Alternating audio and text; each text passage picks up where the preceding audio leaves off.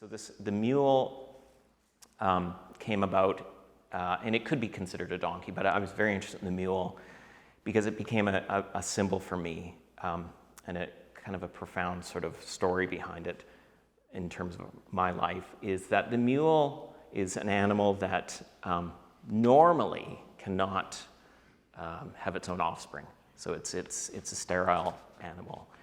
And yet it's an animal that often is used to care for other things.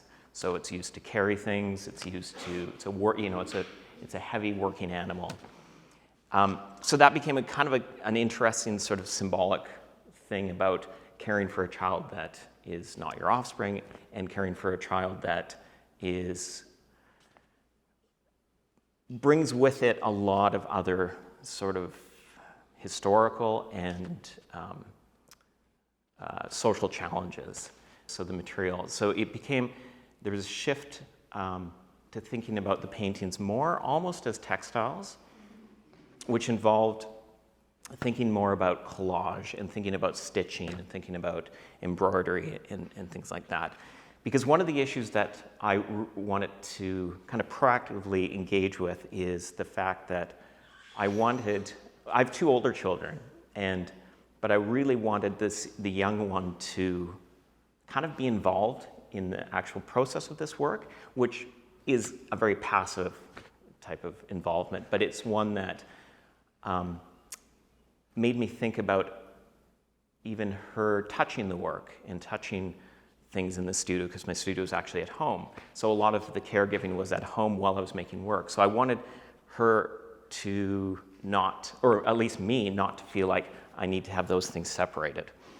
So this issue of separation became kind of a central theme to the practice, where the practice of care kind of coincided with the practice of making artwork.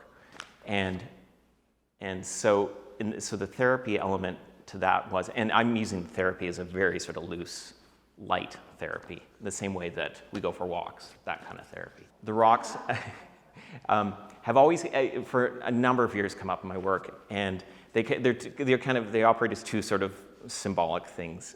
One being they are, growing up, especially in the prairie landscape and then also in the mountains, rocks are often used as place markers. If you ever hike, you'll see these as directional sort of, pathfinding sort of things. But the other part of it too is that they've always been a stand-in for the remnants or something like that of an altar. So the transparency, that's been a major theme all throughout my work.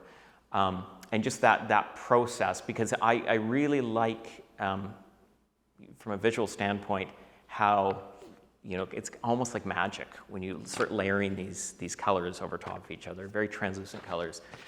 And how those, as you layer them, actually we were having this great discussion with someone about layering and about how richness comes through this kind of layering of history, layering of cultures, whatever you want to call it. I keep using the word magical, but there's something kind of hard to explain, even though it's very easy to explain from a visual standpoint or from a technical standpoint. There's still something kind of, makes me feel kind of fascinated, about that, right? Like this light that comes, it's about light too, right? And this piece specifically, what's been really nice is and people who do any other sort of kind of crafts that require kind of repetitive movements or whatever, it's been so nice in terms of, again, thinking about therapy, but that sort of physical engagement has been part of my work now. I want to thank the gallery for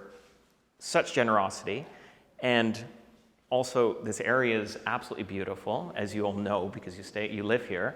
But it's an amazing landscape and a really friendly place. So it's been a great treat here. Thank you. Happy to have you. Thank you. Yeah, grateful to represent you and hope to show you around a little Good. more. Yeah. Good. Thanks.